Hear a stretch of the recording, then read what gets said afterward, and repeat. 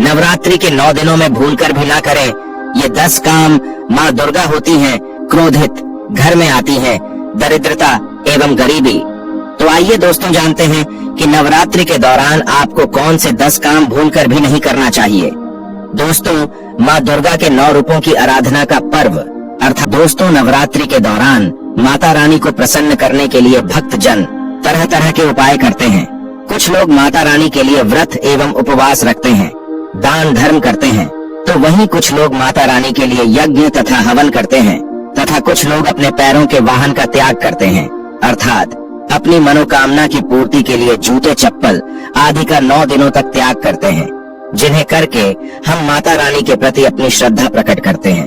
परंतु अगर आप इन सब के अलावा ये 10 काम करते हैं तो माता रानी आपसे कभी भी नहीं होगी प्रसन्न और जीवन में आते हैं दुर्भाग्य एवं गरीबी तथा माता लक्ष्मी भी ऐसे व्यक्ति से हो जाती है नाराज।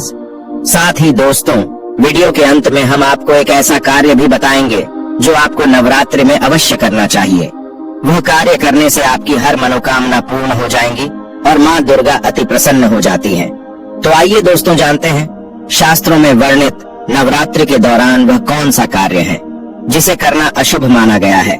इससे पहले हे माता वैष्णो, जो भी भक्त कमेंट में जय माता दी लिखकर चैनल को सब्सक्राइब करेगा उसके परिवार में सदैव कृपा दृष्टि बनाए रखना, साथ ही उसके सभी मनोकामनाएं पूर्ण करना। तो दोस्तों, सबसे पहला कार्य है स्त्रियों का अपमान न करें। मित्रों, शास्त्रों में कहा जाता है यत्र नार्यस्तु पूज्यन्ते रमन्ते तत्र देवता, यत्रैतास्तु न पूज्यन्ते सर्वास्तत्राफलाः क्रिया।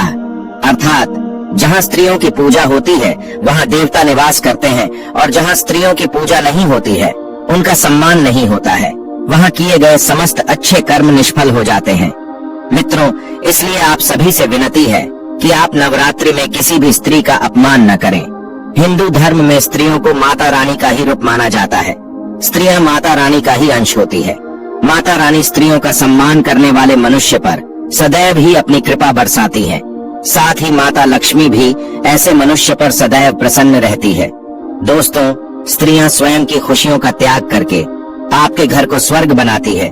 स्त्री स्वयं उपवास करके अपने पति की लंबी आयु की कामना करती है, जीवन भर अपने परिवार के लिए बिना थके कार्य करती है। ऐसी पतिव्रता स्त्री का अपमान करना महापाप होता है। जो मनुष्य नवरात्रि में किसी भी स्त्री का अपमान करता है, स्त्रियों की तरफ गलत भावना से देखता है, उससे माँ दुर्गा अवश्य ही दंड देती है और ऐसे व्यक्ति से माता रानी सदैव नाराज रहती हैं। दोस्तों, दूसरा है घर में कलह का माहौल न मचाएं। रामचरितमानस में वर्णित है कि जहाँ सुमति तहाँ संपत्ति नाना, जहाँ कुमति वहाँ विपत्ति निधाना। अर्थात जहाँ क्लेश का माहौल बनता है, जिस घर में लड़ाई झगड़े होते हैं, वहाँ पर माँ लक्ष्मी कभी भी नहीं ठहरती। इसके साथ ही ऐसे करने वाले व्यक्ति से माता रानी भी रहती है सदैव नाराज एवं क्रोधित। इसलिए नवरात्रि के समय में अपने घर में क्लेश का माहौल ना बनाएं। माता रानी का मन में चिंतन करते हुए श्रद्धा भाव से इस महापर्व का आनंद उठाएं। दोस्तों, तीसरा है नवरात्रि के दौरान कोई भी अनिष्ट कार्य न करें, जैसे झूठ बोलना, पैसों की चोरी अथवा धोखेबाजी करना, निष्पाप पशुओं को सताना, किसी गरीब को नीचा दिखाना आदि कार्य भूल से भी न करें। माता रानी को ऐसे कार्य करने वाले लोग बिल्कुल भी पसंद नहीं होते। ऐसे कार्य राक्षसी प्रवृत्ति के होते हैं जिससे माता रानी अत्यंत क्रोधित हो जाती है। चौथी बात है तामसिक आहार का सेवन। दोस्तों, नवरात्रि में इस बात का विशेष ध्यान रखना चाहिए कि आप भूल से भी तामसिक आहार का सेवन न करें, जैसे मांस, मदिरा, लहसुन, प्याज, ये सभी तामसिक भोजन की श्रेणी में आते हैं।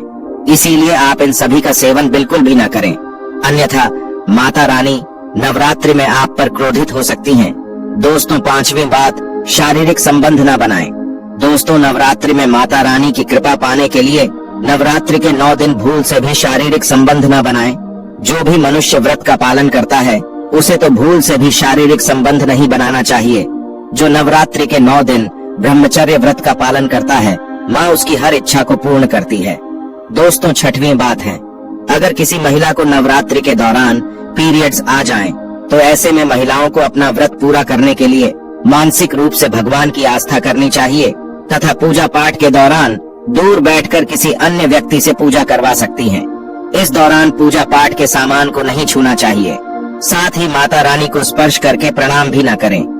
दोस्तों, 7वीं बात, जो लोग नवरात्रि का व्रत करते हैं उन्हें चमड़े से बनी वस्तु को धारण नहीं करना चाहिए, जैसे पर्स, बेल्ट, बैग इत्यादि, क्योंकि इनमें चमड़े की कुछ मात्रा मौजूद होते हैं और चमड़ा पशुओं को मारकर बनाया जाता है।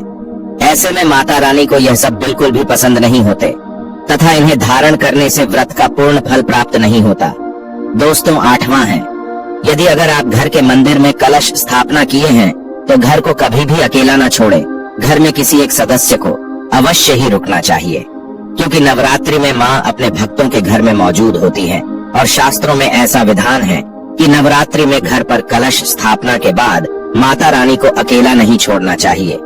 साथ ही अगर घर में कोई ना हो तो बिल्ली इत्यादि कलश को गिरा सकते हैं, जिसे बहुत ही बड़ा अपशगुन माना जाता है। इसलिए नवरात्रि में घर को कभी अकेला नहीं छोड़ना चाहिए। साथ ही विष्णु पुराण में नवरात्रि में दिन में सोना वर्जित माना गया है। दोस्तों, 9वीं बात, नवरात्रि में जो व्रत करते हैं उसे भी एवं जो व्रत नहीं करते उन्हें भी नवरात्रि में भूल से भी बाल नहीं कटवाना चाहिए, दाढ़ी नहीं बनवाना चाहिए, नाखून भी नहीं काटना चाहिए।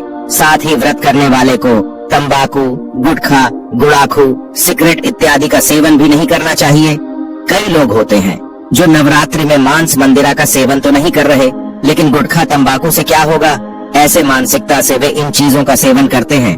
परंतु आपको बता दें कि शास्त्रों में इन चीजों की भी मनाही है। गुटखा तंबाकू खाने से व्रत का पूर्ण फल प्राप्त नहीं होता। दोस्तों, 10वां है, घर के द्वार आई हुई किसी भी स्त्री या कोई भी अतिथि का अपमान न करें। दोस्तों, यदि नवरात्रि में आपके द्वार पर कोई कन्या, वृद्ध स्त्री अथवा कोई दुखी मन भोजन की इच्छा से भिक्षा के लिए आई हो तो उसका भूल से भी अपमान न करें अथवा उन्हें खाली हाथ घर से जाने भी न दें। यदि आपके घर में कोई दासी है तो उसका भी अपमान न करें। नवरात्रि में उन्हें भी कुछ न कुछ भेंट अवश्य दें। इससे माँ दुर्गा अत्यंत प्रसन्न होती है और आपकी हर मनोकामना को पूर्ण करती है। दोस्तों, इसके साथ ही अगर आप व्रतधारी हैं, व्रत रखते हैं तो कलश स्थापित करते समय जटा वाला यानी पानी वाला नारियल का ही प्रयोग करें। साथ ही यह भी ध्यान रखें कि नारियल को कलश के ऊपर लेटाकर रखना चाहिए। कलश स्थापना करते समय कभी भी नारियल को खड़ा करके नहीं रखा जाता। नारियल को सदैव लेटाकर कलश के ऊपर रखा जाता है। साथ ही नारियल को स्थापित करने से पहले आप नारियल को लाल कपड़े में लपेटकर उस पर लाल चुनरी ओढ़ाकर आप नारियल को कलश के ऊपर स्थापित करें। शास्त्रों के अनुसार कलश के ऊपर जब सही तरीके से नारियल रखा जाता है और सही प्रकार का नारियल रखा जाता है तभी व्रत और पूजन का पूर्ण फल प्राप्त होता है। साथ ही यह भी ध्यान रहे कि महिलाएं माता रानी को नारियल अर्पित कर सकती हैं, लेकिन कभी भी माता रानी के सामने नारियल को भूलकर भी नहीं तोड़ना चाहिए, क्योंकि नारियल का विष रूप होता है और स्त्रियां विष रूप से ही शिशु को जन्म देती हैं। इसीलिए कभी भी महिलाओं को नारियल नहीं तोड़ना चाहिए।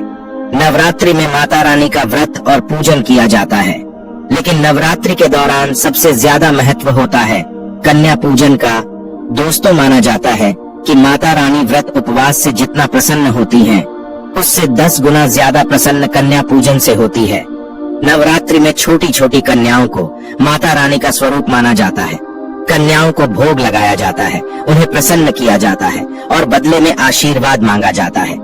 कन्याओं को प्रसन्न करने के लिए गिफ्ट वगैरह आदि उपहार दिए जाते हैं।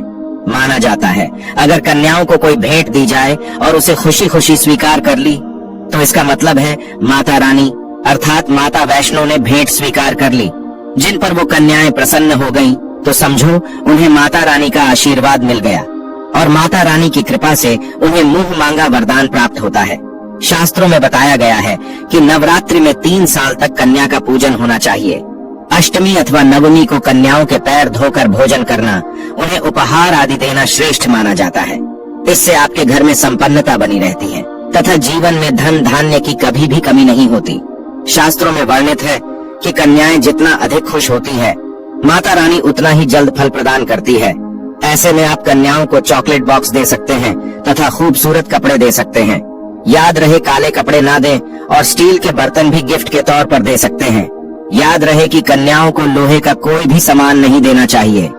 दोस्तों, जब कन्याएं आपके घर से पूजा एवं भोजन के बाद अपने घर के लिए प्रस्थान करें तो उनके चरण जरूर छू ले और अपने मन में अपनी प्रार्थना को, अपनी मन की इच्छा को कन्याओं को विदा करते समय अवश्य प्रकट करें।